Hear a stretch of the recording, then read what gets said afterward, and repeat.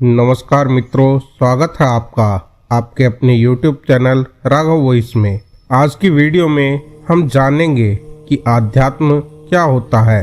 अक्सर आपने देखा होगा बहुत सी ऐसी चीजें होती है जिनके बारे में हमें ज्ञान नहीं होता और ना ही कभी हम उन्हें जानने की कोशिश करते हैं। उन्हीं में से एक चीज होती है आध्यात्मिकता।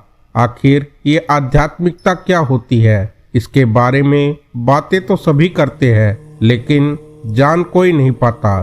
सोच विचार हमारे दिमाग की मात्र एक उपज होती है, यह कोई ज्ञान नहीं होता। और हमारे हिंदू धर्म में अनेकों ऐसे ग्रंथ और साहित्य है जो केवल हमारे लिए ही नहीं बल्कि संपूर्ण विश्व को ज्ञान प्रदान करते हैं। आइए आज हम बात करते हैं कि आध्यात्मिकता क्या होती है। आजकल लोग आध्यात्मिकता का मतलब केवल इतना समझते हैं कि स्वयं को यातना देना और अभावग्रस्त जीवन बिताना। इसको लोग भूखे रहने और सड़क के किनारे बैठकर भीख मांगने से जोड़ने लगे हैं। और सबसे मुख्य बात यह है कि आध्यात्मिकता को जीवन विरोधी या जीवन से पलायन कर जाना समझा जाने लगा है। हालांकि ऐसा कुछ नहीं होता। लोग तो ये मानते हैं कि आध्यात्मिकता लोगों को जीवन का आनंद लेने से वर्जित रखती है और हर तरीके से कष्ट झेलना जरूरी होता है, तभी आध्यात्मिकता को पाया जा सकता है। जबकि सच्चाई यह है कि आध्यात्मिक होने का आपके बाहरी जीवन से कोई भी लेना देना नहीं होता।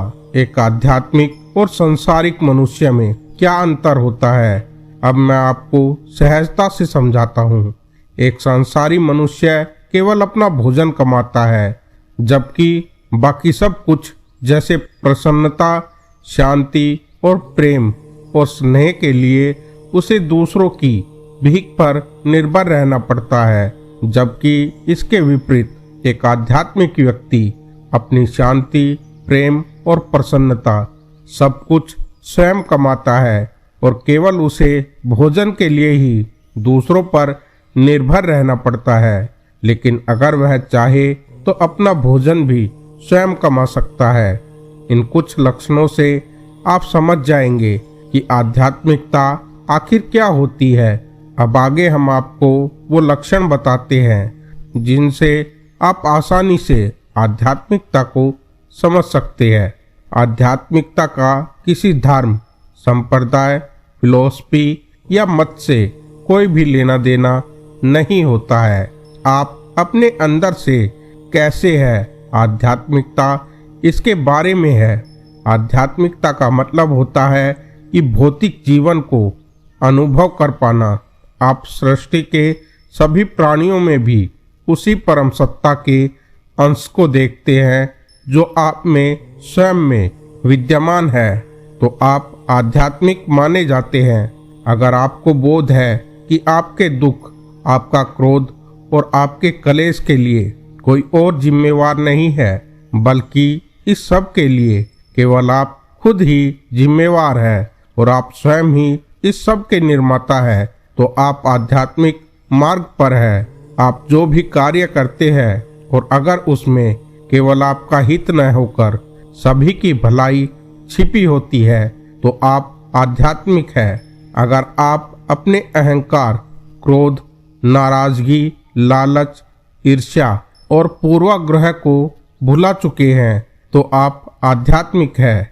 बाहरी परिस्थितियां चाहे जैसी भी हो, उसके बावजूद भी अगर आप अपने अंदर से हमेशा प्रसन्न और आनंद में रहते हैं तो इसका मतलब होता है कि आपको आध्यात्मिकता मिल गई है। अगर आपको इस सृष्टि की विशालता के सामने खुद के नगण्य, क्षुद्र होने का एहसास बना रहता है तो आप आध्यात्मिक बन रहे हैं। आपके पास अभी जो कुछ भी है उसके लिए अगर आप सृष्टि का किसी परम सत्ता के प्रति कृतज्ञता महसूस करते हैं तो आप आध्यात्मिकता की ओर बढ़ रहे हैं। अगर आप में केवल स्वजनों के प्रति ही नहीं बल्कि सभी लोगों के प्रति प्रेम उमड़ता है तो आप आध्यात्मिक है। आपके अंदर अगर सृष्टि के सभी प्राणियों के लिए करुणा फूट रही है, तो भी आप आध्यात्मिक है। आध्यात्मिक होने का अर्थ है कि आप अपने अनुभव के धरातल पर जानते हैं कि मैं स्वयं अपने आनंद का स्रोत हूँ। आध्यात्मिकता कोई ऐसी चीज नहीं है जो आप मंदिर, मस्जिद या चर्च में करते हैं। यह केवल आपके अंदर ही घटित हो सकती है।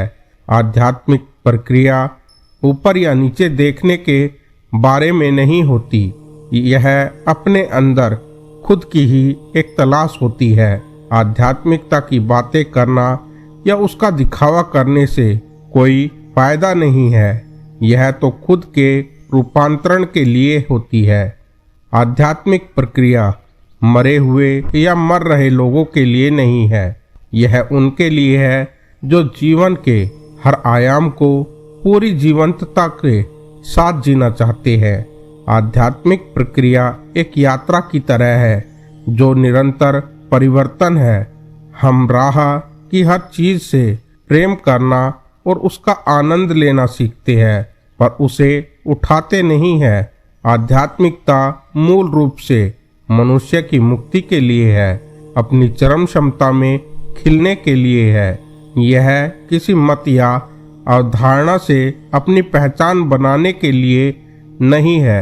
आध्यात्मिकता का अर्थ है कि अपने विकास की प्रक्रिया को खूब तेज करना है। आध्यात्मिक मार्ग पर चलने का अर्थ है कि आप मुक्ति की ओर बढ़ रहे हैं, चाहे आपकी पुरानी प्रवृत्ति, आपका शरीर और आपके जीन्स कैसे भी हो। अस्तित्व में एकात्मता व एक रूपता है और हर इंसान अपने आप में अलग और अनूठा होता है। इसे पहचानना और इसका आनंद लेना ही आध्यात्मिकता का सार है। एक आध्यात्मिक व्यक्ति और एक संसारी व्यक्ति दोनों ही उसी अनंत और असीम को चाह रहे हैं। एक उसे जागरूक होकर खोज रहा है, जबकि दूसरा उसे अनजाने में खोज रहा है।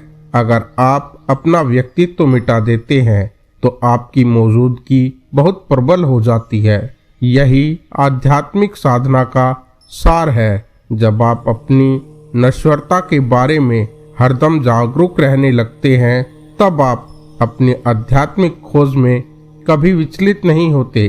आध्यात्मिक होने का अर्थ औसत से ऊपर उठना है। यह जीने का सबसे महत्वपूर्ण विवेकपूर्ण तरीका है। आध्यात्मिकता के लिए कई जन्मों तक साधना करनी पड़ती है। ऐसी सोच अधिकतर लोगों में प्रतिबद्धता और एकाग्रता की कमी के कारण बनती है। साधना एक ऐसी विधि है जिसे पूरी जागरूकता में आध्यात्मिक विकास की गति को तेज किया जा सकता है। आध्यात्मिकता न तो मनोवैज्ञानिक प्रक्रिया है और न ही सामाजिक, यह 100% अस्तित्वगत है। अगर आप किसी भी काम में पूरी तन्मयता से डूब जाते हैं तो आध्यात्मिक प्रक्रिया वहीं शुरू हो जाती है। चाहे वो काम झाड़ू ही लगाना क्यों ना हो। किसी चीज को सतही तौर पर जानना सांसारिकता है और उसे गहराई तक जानना आध्यात्मिकता है। तो आशा करता हूँ कि आध्यात्म के बारे में आज की इस वीडियो में बताई हुई बातें आपको पसंद आई होगी। तो कृपया वीडियो को लाइक कीजिए, अपने मित्रों में शेयर कीजिए। यदि आप चैनल पर नए आए हो तो चैनल को सब्सक्राइब जरूर कीजिए। मिलते हैं आपसे अगले वीडियो में, तब तक के लिए जय श्री राम।